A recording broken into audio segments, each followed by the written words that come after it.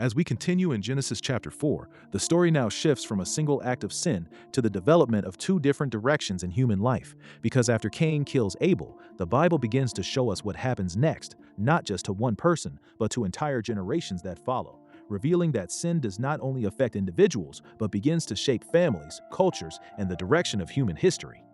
Genesis 4:17 begins by saying, Cain knew his wife, and she conceived and bore Enoch. And even though Cain has been judged and sent away, life continues, and we begin to see the building of a society apart from God's direct presence. The verse continues, when he built a city, he called the name of the city after the name of his son, Enoch.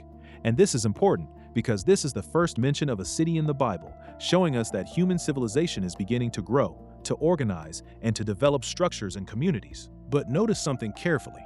This development is happening through the line of Cain, the one who rejected God's warning and chose his own way. So from the beginning, we see something that still exists today: progress without God, growth without God, structure without God. It may look successful on the outside, but something deeper is missing. Then in verses 18 through 22, we are given a list of Cain's descendants, and while at first this may seem like just a genealogy, it actually shows us the development of human culture and skill. We are told about Jabal, who became the father of those who live in tents and raise livestock. Then Jubal, who became the father of those who play musical instruments like the lyre and pipe. And then Tubal-Cain, who forged tools of bronze and iron. This is the beginning of technology, the beginning of art, the beginning of culture. Human beings are creating, building, inventing, and expressing, and this shows us something important. Skill, talent, and progress can exist even in a world that is moving away from God. Just because something looks advanced does not mean it is aligned with God. Just because something is creative does not mean it is rooted in truth.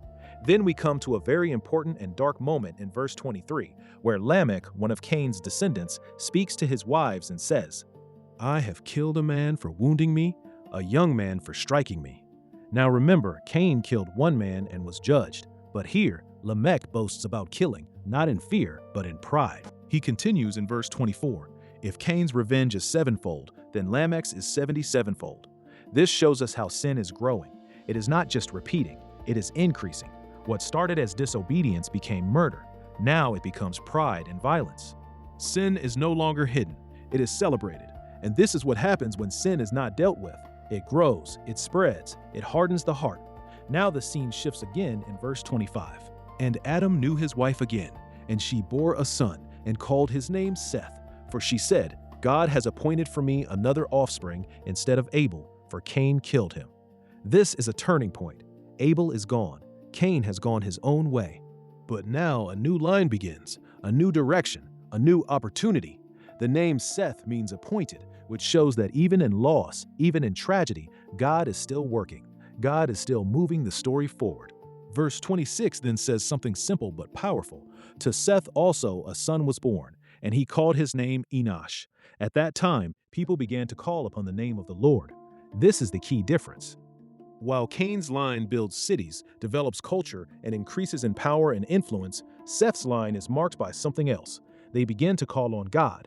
This is the first clear picture of worship becoming central again, of people turning toward God instead of away from Him. Now step back and look at what we are seeing. Two lines, two directions, two ways of living. The line of Cain, building, creating, advancing, but moving away from God. The line of Seth, growing, continuing, but calling on God. This pattern continues throughout the entire Bible, and it continues today. People choose different directions. Some build their lives without God. Some live in relationship with Him. Now let's ask the question we always ask. What does this show us about God?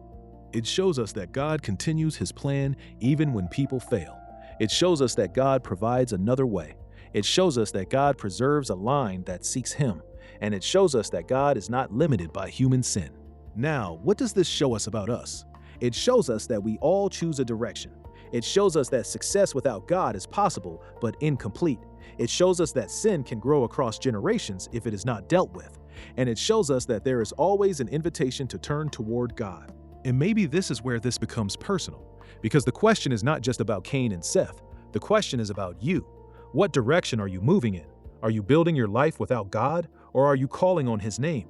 Because both paths exist, both are real, but only one leads to life. And here is the powerful truth. Even if the world around you is moving away from God, you can still choose to call on Him. Even if sin is spreading, you can still choose a different path. Even if everything feels broken, God is still working. So today, remember this: there are two directions in life, and the path you choose shapes everything that follows.